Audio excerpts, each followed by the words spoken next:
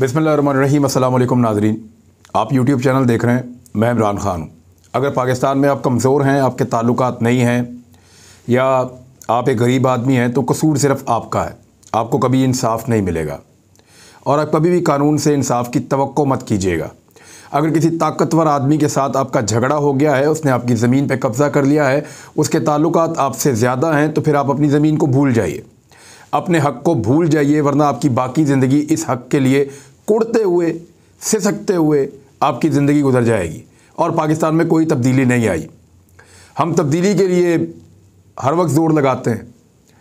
हम हमेशा ये चाहते हैं कि पाकिस्तान कल से बेहतर हो जाए आज, लेकिन ऐसा महसूस नहीं हो रहा। आज 3-4 ऐसी चीज़ें मेरे पास, मैं आपके सामने रख देता हूँ, फिर आप खुद ही फैसला करें कि क्या ये पाकिस्तान इस तरीके से बदल सकता है? क्या छोटी मोटी दवाई से ठीक हो जाएगा या अब इस मुल्क को एक बड़ी सर्जरी चाहिए? पहली खबर तो आप ये लेना, सिंध से आपको मैंने खबर दी थी कि शाहरुख जतोई अस्पताल के अंदर मौजूद था। आज अस्पताल के मनाजिर भी आए, बड़ा शानदार स्वीट बना हुआ है और वहाँ अस्पताल के बाहर एक गाड़ी खड़ी हुई है। एक मुलजिम वहाँ रहता है अस्पताल में, जब दिल करता है अस्पताल से बाहर जाता है, अपने घर जाता है, दोस्तों को मिलता है और सिर्फ एक प्राइवेट अस्पताल के अंदर उसको रखा गया है जाली डॉक्यूमेंट्स के ज़रिए से। ये है माफिया और माफिया की ताकत। अब शाहरुख जतोई तो कल भाग गया वापस जेल, लेकिन वो अकेला नहीं है। सिंध की जेलों में बेशुमार ऐसे कैदी हैं जो जेल के अंदर नहीं बल्कि कहीं और एंजॉय कर रहे हैं। वो अपनी ज़िंदगी शाहाना अंदाज में गुजार रहे हैं। अमीर आदमी अगर जुर्म करे तो उसके लिए जेल भी जेल नहीं होती। गरीब आदमी से अगर जुर्म ना भी हो तो उसके लिए पाकिस्तान जैसे मुल्क में ज़िंदगी वैसे ही एक जेल होती है। अब वज़ीर आला सिंध मुराद अली शाह ने इस्लामाबाद में मीडिया से बातचीत करते हुए उन्होंने तो ये कहा कि बड़ा अच्छा हुआ मीडिया, शर्मिंदा भी नहीं होते, बड़ा अच्छा हुआ मीडिया ने हमें बताया इंक्वायरी करेंगे जी, इंशाल्लाह पकड़ेंगे। ये है उनकी गवर्नेंस। वो कहते हैं मीडिया ये कहता है जी हमने बड़ा ज़बरदस्त काम किया, हमने एक्सपोज कर दिया। एक्चुअली हम खुश होते हैं इस बात से कि आप हमारी रहनुमाई करते हैं, यानी आपको खुद कोई बात समझ नहीं आनी।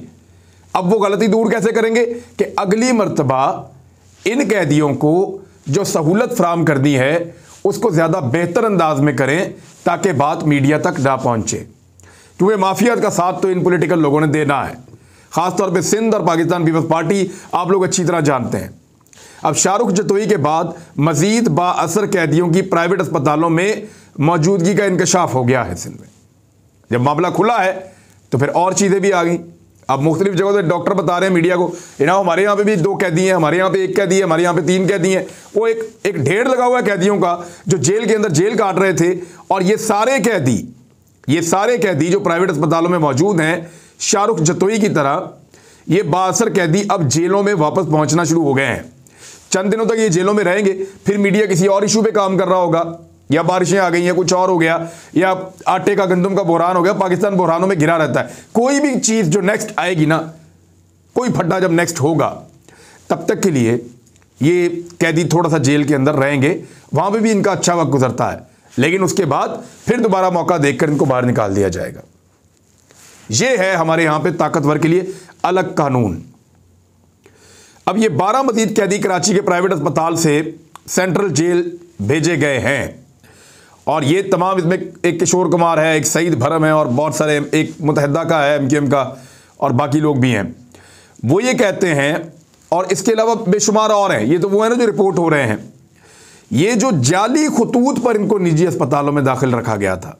अब कौन पकड़ेगा, कौन इंक्वायरी करेगा, कौन इनको सजा देगा, कौन पता करवाएगा कि जाली खत कैसे बनते थे, किस तरीके से कैदी को निकाला जाता है, प्राइवेट अस्पताल में पहुंचाया जाता है, चेक एंड बैलेंस कहां है? सजा किसी को नहीं होगी, मेरी बात याद रखिएगा। और जब नहीं होगी तो फिर ये बार बार होगा। पाकिस्तान में ताकतवर के लिए कानून कैसा है? दूसरी खबर सुनिए। मुझे बहुत तकलीफ हुई है इसके बाद। मुझे ऐसा लगता था कि ये बंदा अगर मुझे मिले तो मैं इसको अपने हाथों से फेंटी लगाऊं, ऐसा लगता था मुझे। बहुत सारे दोस्तों ने मुझे फ़ोन किया, उन्होंने कहा जी हम चाहते हैं कि इसको भेड़िए को हम मारें पकड़ के। कौन? वो उस्मान मिर्ज़ा। याद है आपको इस्लामाबाद वाला उस्मान मिर्ज़ा?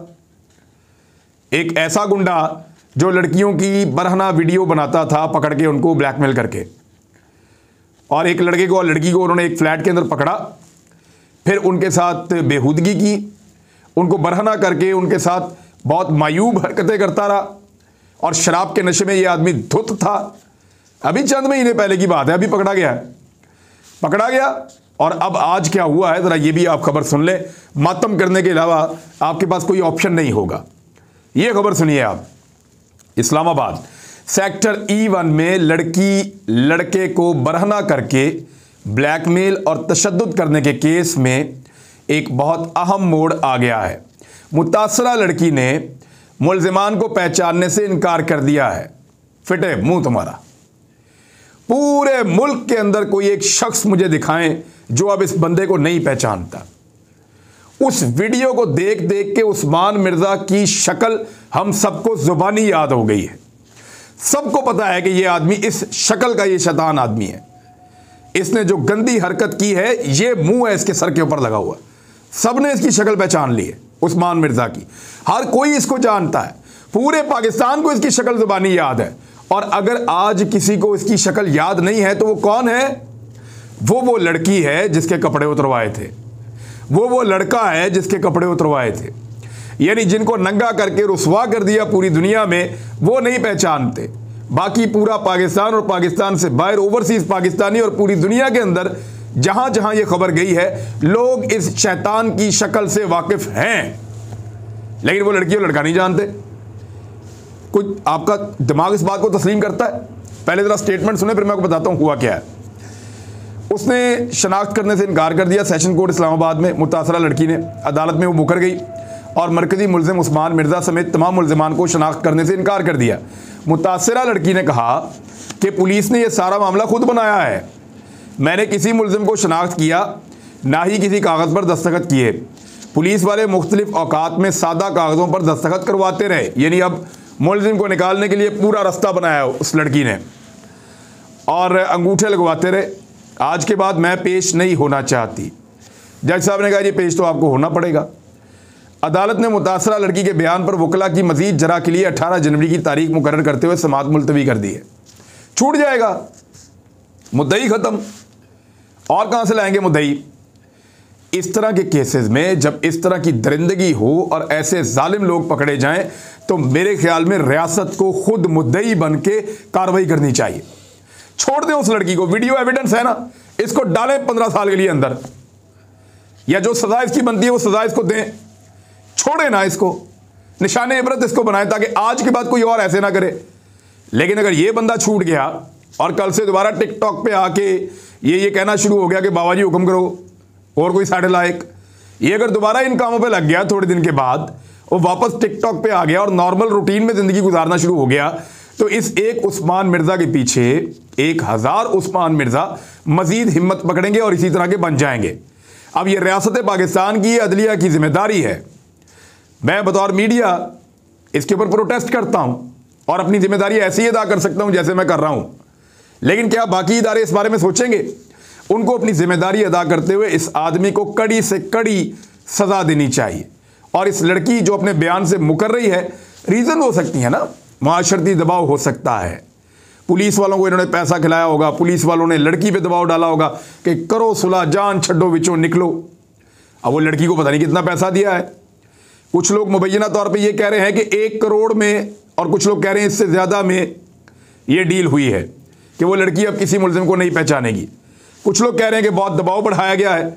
लेकिन जो भी है अफसोसनाक है, जो भी है शर्म का मुकाम है। ये मुल्क बनाना रिपब्लिक बन जाएगा। यानी मुझे अच्छी तरह याद है शाहरुख जतोई ने जब मारा उस लड़के को, शाहजेब को, तो उसके वालिद ने बाद में सुलह की चंद साल के बाद और पैसा लिया और पैसा वसूल करके पाकिस्तान से बाहर चले गए। तो तब अदालत अड़ गई थी कि नहीं, हम इसको नहीं छोड़ेंगे, और सिंध गवर्नमेंट उसको छोड़ने पे तुली हुई है। वो अय्याशी की ज़िंदगी गुजार रहा है कैद में भी। ये वही मुल्क है और वही सिंध गवर्नमेंट है जहाँ पे चीफ जस्टिस ऑफ पाकिस्तान खुद जाकर अपने हाथों से शराब पकड़ते हैं और लेबॉर्ट्री में पहुँच के वो शहद बन जाती है। ये वो मुल्क है। और ऐसे मुल्क के अंदर नवाज शरीफ साहब कैसे मायूस हो सकते हैं? नवाज शरीफ जैसा आदमी कभी मायूस नहीं हो सकता जिस तरह का मुल्क हमारा है। उनको दोबारा मौका मिलेगा, उनका हक बनता है, क्योंकि उस्मान मिर्ज़ा को मौका मिल रहा है। उनका हक बनता है क्योंकि शाहरुख जतोई का हक बनता है। तो मियाँ साहब तो इनसे बहुत बड़े आदमी हैं, 3 दफ़ा पाकिस्तान के वज़ीर आज़म रहे हैं। अब ये नई खबर आप सुन लें, ये दुनिया टीवी से मैं आपको पढ़ के सुना देता हूँ। जियो ने भी इसको रिपोर्ट किया है। मियाँ नवाज शरीफ की ताहयात नाअहली के खिलाफ सुप्रीम कोर्ट में दरखास्त दायर। सुप्रीम कोर्ट बार एसोसिएशन ने ताहाल नाअहली के खिलाफ सुप्रीम कोर्ट ऑफ पाकिस्तान में दरख्वास्त दायर कर दी है। तफसीलात के मुताबिक नवाज शरीफ की ताहयात नाअहली ख़त्म करने के लिए सुप्रीम कोर्ट में जो दरख्वास्त दायर की गई है, सुप्रीम कोर्ट बार एसोसिएशन के सदर एहसन भून के ज़रिए से की गई है। दरख्वास्त में वफाक को फरीक बनाया गया है और ये कहा गया है कि ताहयात नाअहली के असूल का इतलाक़ सिर्फ इंतखाबी तनाज़ात में इस्तेमाल किया जाए। आर्टिकल 184 और आर्टिकल 99 की तशरीह की भी इस्तदा की गई है। नवाज शरीफ और जहांगीर तरीन ये दो बंदे हैं पॉलिटिकल जो ताहयात नाअहल हैं। एक क्लर्क आपका पकड़ा जाए ना करप्शन करता हुआ और उसके खिलाफ साबित हो जाए तो वो सारी ज़िंदगी सरकारी नौकरी नहीं कर सकता, यानी एक क्लर्क का काम वो नहीं कर सकता। या चोरी करते हुए बड़े बड़े सियासतदान पकड़े गए हैं और आप उनकी नाअहली ख़त्म करके उनको मुल्क वापस देना चाहते हैं पूरा का पूरा। ये मुल्क फिर कैसे आगे बढ़ेगा अगर आप ये करेंगे तो। अब मैं आपको बता देता हूं कि मियां नवाज शरीफ साहब कितने बड़े लाडले हैं सिस्टम के और उनके लिए सिस्टम कितना बदला जाता है। यानी ये वाहिद आदमी हैं जो गिरफ्तार हुए और फिर डील इनको दी गई और इनको पाकिस्तान से बाहर हमारे अरब ममालिक, हमारे दोस्त इनको लेकर चले गए। ये सऊदी अरब में रहे, फिर ये इंग्लैंड में चले गए, कारोबार किए, पैसा भी साथ ले गए, फैमिली भी साथ ले गए। कोई सज़ा तब भी इन्होंने नहीं भुगती। इनके लिए खसूसी रास्ता उस दौर में निकाला गया। फिर जब ये पाकिस्तान वापस आए फिर खसूसी रास्ता निकाल के इनको वापस लाया गया। केसेस इनके दिनों में ख़त्म किए गए। ये वो फैमिली है कि शहबाज शरीफ साहब को वज़ीर आला बनाने के लिए 3 महीने के अंदर उनकी नाअहली ख़त्म करके उनको इलेक्शन लड़ा के वापस वज़ीर आला बनाया गया 2008 में। दोस्त मोहम्मद खोसा को मजबूरन 3 महीने बनाना पड़ा था। ये वो ख़ानदान है कि तीसरी मरतबा वज़ीर आज़म बनाने के लिए नवाज शरीफ साहब को पाकिस्तान का आइन तब्दील कर दिया गया। यानी दुनिया में 2 मरतबा के बाद टर्म नहीं मिलती नॉर्मली। बेहतरीन जो डेमोक्रेसीज हैं, इवन अमेरिका के अंदर भी ये कानून है कि 2 दफ़ा आप सदर बन सकते हैं अमेरिका के, लेकिन उसके बाद आप नहीं बन सकते। लेकिन पाकिस्तान में ये कानून मौजूद था। नवाज शरीफ साहब को नवाजने के लिए ये बाकायदा आइन में तरमीम करके मियाँ साहब को मौका दिया गया कि आप 3, 4, 5 जितनी मरतबा वज़ीर आज़म बनना चाहें आप बन जाएं। ये मियाँ साहब के लिए किया गया खसूसी तौर पे। ये जो ज़मानत मियाँ साहब को मिली है ये पाकिस्तान की तारीख में क्या दुनिया की तारीख में किसी को नहीं मिली कि एक मुजरिम को जेल से निकाला, उसको ज़मानत पे बाहर रखा, फिर उसको इलाज करवाने के लिए अदालत ने एक ऐसे मुल्क में जाने की इजाज़त दे दी जहाँ पे उस अदालत के कानून का इतलाक़ ही नहीं होता। और मज़े की बात देखें कि 2-2.5 साल हो गए हैं वो बंदा वापस नहीं आया और अदालत को इस बात पे कोई एतराज़ भी अभी तक अदालत ने शो नहीं किया। फिर रायबंड की जब ज़मीनों की इन्होंने ख़रीदारी की थी तो मुबैना तौर पे उस दौर में भी कवानीन तब्दील कर दिए थे। यानी जितनी देर ज़मीन हम खरीद रहे हैं कानून बदल दिया, जब खरीद ली तो कानून वापस ले आए। ये एग्जैक्टली ऐसे ही रिपोर्ट हो चुका है माजी में। और हमजा शहबाज को भी आपको याद होगा कि घर में बैठे हुए थे जब उनको छुट्टी वाले दिन अदालत लगा के ज़मानत दी गई। फिर शहबाज शरीफ साहब आप याद करें कि जो केस महीनों चलते हैं एक दिन में 3 मरतबा चला के लाहौर हाई कोर्ट ने शहबाज शरीफ साहब के बाहर जाने का बंदोबस्त कर दिया। अब शहबाज शरीफ साहब को तो एयरपोर्ट पे जाके वो FIA वालों ने रोक लिया एक और लिस्ट में नाम होने की वजह से, वरना उस दिन तो शहबाज शरीफ साहब को निकाल दिया हुआ था अदालत ने। यानी इस तरह की गुंजाइशें जो किसी के लिए कहीं पैदा नहीं की गई वो इस खानदान के लिए हमेशा पैदा की जाती हैं। मरीम नवाज साहिबा की मिसाल लें, उनके सारे केसेस तकरीबन बंद पड़े हैं, किसी केस पे काम नहीं हो रहा। और नैब उनके केसेस में जो इस्लामाबाद हाई कोर्ट में कर रही है वहाँ मरीम नवाज साहिबा को बाइज्जत बरी करवाने का पूरा प्लान तैयार कर लिया गया है। मरीम नवाज साहिबा ज़्यादा इम्कानात हैं इस्लामाबाद हाई कोर्ट से बरी हो जाएंगी ऐसा लगता है, क्योंकि नैब की तैयारी से तो यही लग रहा है। और जो वो कर रहे हैं जानबूझकर कर रहे हैं वो मरीम नवाज साहिबा को इसमें क्लीन चिट दिलवाएंगे ही दिलवाएंगे। दूसरी जानिब ये मतलब आप इस खानदान को देखें ना, मीडिया को ये कंट्रोल करते हैं, इदारों को कंट्रोल करते हैं, अदलिया को कंट्रोल करते हैं, सियासत को, माफियात को, हर चीज़ को ये कंट्रोल करते हैं और करना चाहते हैं। इनका ट्रैक रिकॉर्ड है बहुत पुराना और उसका इनको हमेशा फ़ायदा होता है। अब ये एक और पटिशन है कि जनाब मियाँ साहब के लिए रास्ता बनाया जाए, उनकी जो ताहयात नाअहली है वो ख़त्म करवाई जाए ताकि वो वापस आएँ, इलेक्शन में हिस्सा लें और दोबारा उनको लाके पाकिस्तान के ऊपर मुसल्लत कर दिया जाए।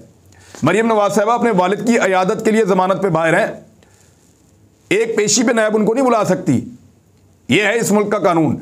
तो जो चीज़ें हो रही हैं ना उनको अगर आप गौर से देखें तो ऐसा महसूस होता है, एक पॉलिटिकल स्टूडेंट के तौर पे मैं ये कह सकता हूँ कि चीज़ें उतनी सादा नहीं हैं। हमें महसूस हो रहा है कि जिस तरह शरीफ ख़ानदान मुसीबतों में फंस रहा था और उनके ऊपर केसेस बन रहे थे, एक दौर वो था और एक दौर ये है जब उनको निकाला जा रहा है।